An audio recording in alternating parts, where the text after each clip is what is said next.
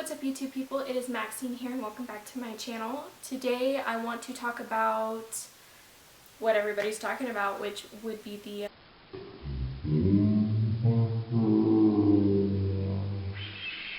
I kind of wanted to just talk about what happened for me and my job and everything.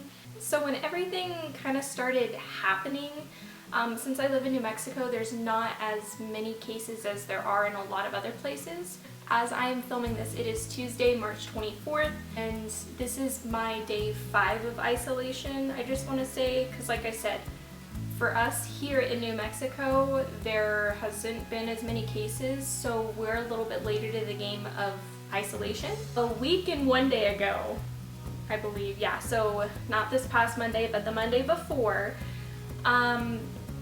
things kind of started taking a turn at my job. I work in retail. I'm not going to say exactly where, but I work in retail. So I went to work on Monday, and without really any warning, my store manager got a text message after closing the night before saying that they were changing our mall hours from, it's typically 10 a.m. to 9 p.m. and it was going to be changing from 12 p.m. to 7 p.m. So I'm sure if you don't work retail or anything, it probably doesn't sound like that big of a deal.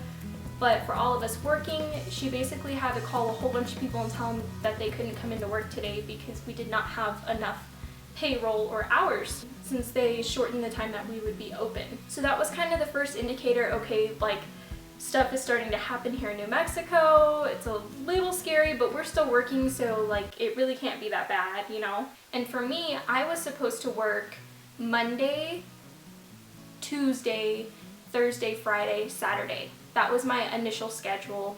Because of everything that happened on Monday, I let my manager know, because I'm one of the people that I'm fortunate. I get more hours because I'm always willing to come in whenever they need me, come in early, stay late, like come in on my day off.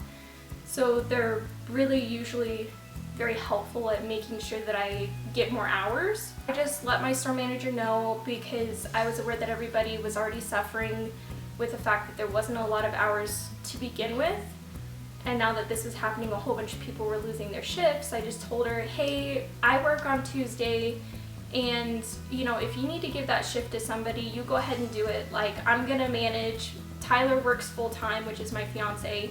Like, I'm gonna manage. You go ahead and you give that shift to somebody else if they need it, because I don't want to be the reason that other people can't afford to pay their bills, especially with the hours being shortened. So just to kind of put it into perspective as well, because of all this pandemic that's going on, not as many people are shopping, which also contributes to payroll.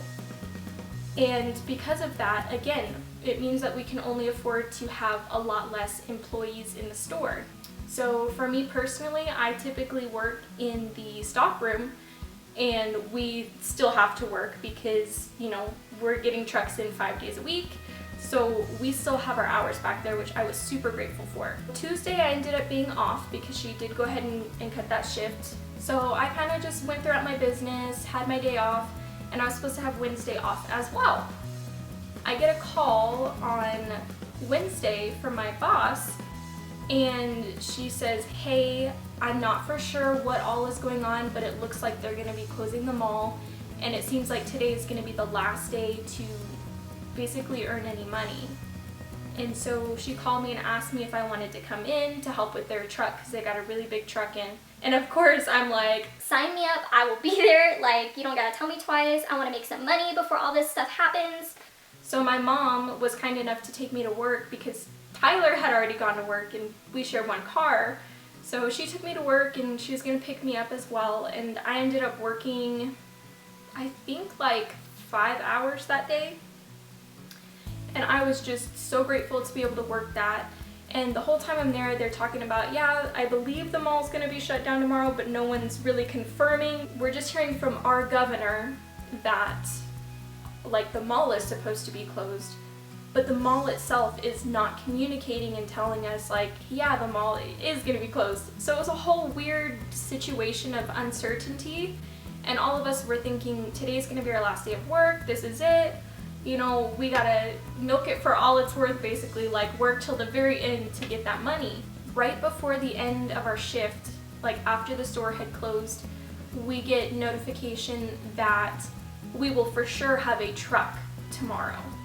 So my boss is like, hey, anybody that wants to come in and work the truck, like please come in. I'm gonna have you guys come in early so that way, you know, you can work the truck, and we have to get everything out of here because we don't want products sitting in the stockroom unprocessed for security purposes. So I'm like, yes, okay, I have another day of work. This is great.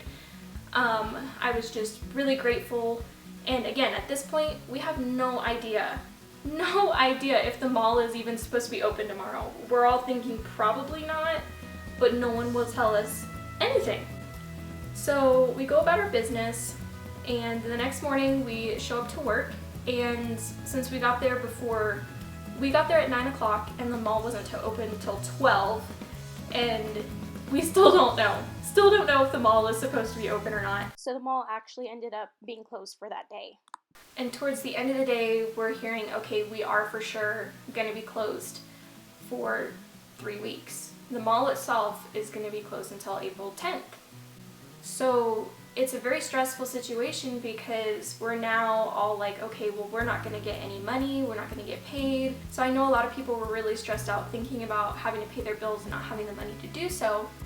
And right as we're getting ready to finish everything up to leave, the store manager calls and lets us know that she got off a conference call, and that the company I work for is actually shutting down, like all over the United States for 2 weeks, and they're going to pay the full-timers their full amount of hours, and the part-timers are going to get 17 and a half hours per each week of the first 2 weeks paid. So all of us are obviously very grateful to have some sort of income. For half the people, it's about what they were making or even more than what they're making, and then for some of us it's less than what we were making based off of the amount of hours we typically work. But all of us are just so grateful that the company that we work for would be willing to step up like that and to make sure their employees are getting paid for 2 weeks, because that's expensive. So obviously a big thank you to the company that I work for even considering to pay us like that for 2 weeks. I'm very grateful. Like I said, for me personally, it obviously is a lot less than I typically make, but since I'm not going anywhere, I'm not spending money, we're quarantined, it should be like just enough to pay my bills and everything.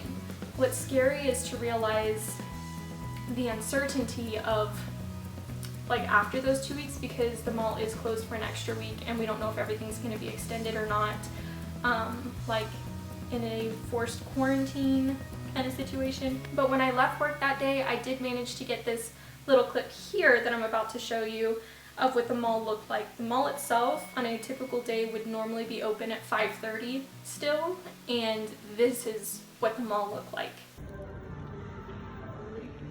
Just absolutely deserted, and it was just insane. So all of this happened, like I said, on Thursday, and I've been off since Friday. So Friday, Saturday, Sunday, Monday, Tuesday. So this is my day 5.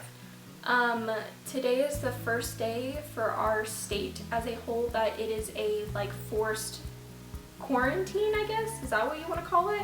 Where we are forced to stay at home unless you have work or you need to get groceries. I personally, for myself, am so grateful to be stocked up on everything that I need at this time. I'm just nervous to see how long this quarantining is gonna last. Because as long as this is going on, I don't have a job right now. Again, I'm guaranteed those first 2 weeks. So this week and next week, I'm guaranteed pay for those 2, which I'm super grateful for. It's just really hard when you are living in uncertainty, and I know a lot of you guys out there, your jobs are closed and they're not paying you, and I'm so sorry. It sucks so bad for everybody. Something else that I want to talk about is, even though I'm home right now, my fiance Tyler, he's actually still working full-time. He works at a business that's considered essential, so it's kind of, I don't know, it's kind of a catch-22 for us, because I'm so grateful that he's still working full-time and has that income, but I'm also so terrified that he's gonna come home with the coronavirus and that I could get it as well. And I think a lot of people forget that when they're out trying to do their shopping as well. Like, if you are sick, please stay home, because all of these people that are still forced to work, they have families themselves that they are going home to, and they don't want to infect them.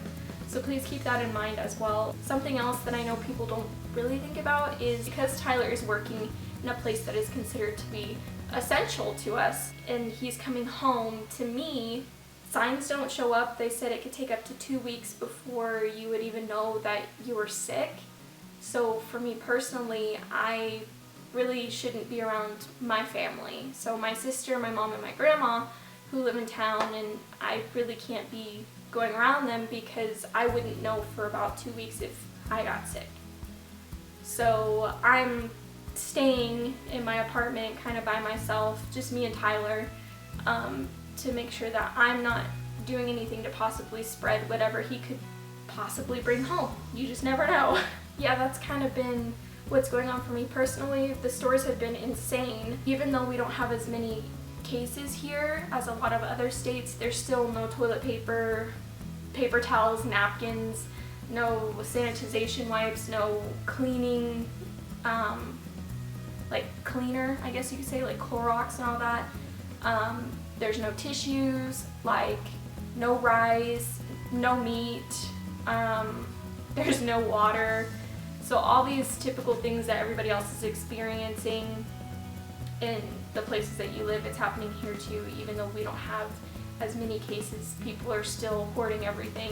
They have signs put up everywhere that you can only get like 1 cough syrup or 1 thing of toilet paper if you can even find it. So it's just kind of crazy to be in this time, in this world. Like, this is a history in the making. It's something that will probably end up in future history books, believe it or not, that we're living through. So yeah, I just wanted to put this out there to inform you guys of what's going on with me personally. I'd love to hear what's going on with you guys and your jobs in the comments down below. But anyways, thank you guys so much for watching. That is all for this video, so stay fresh and bye!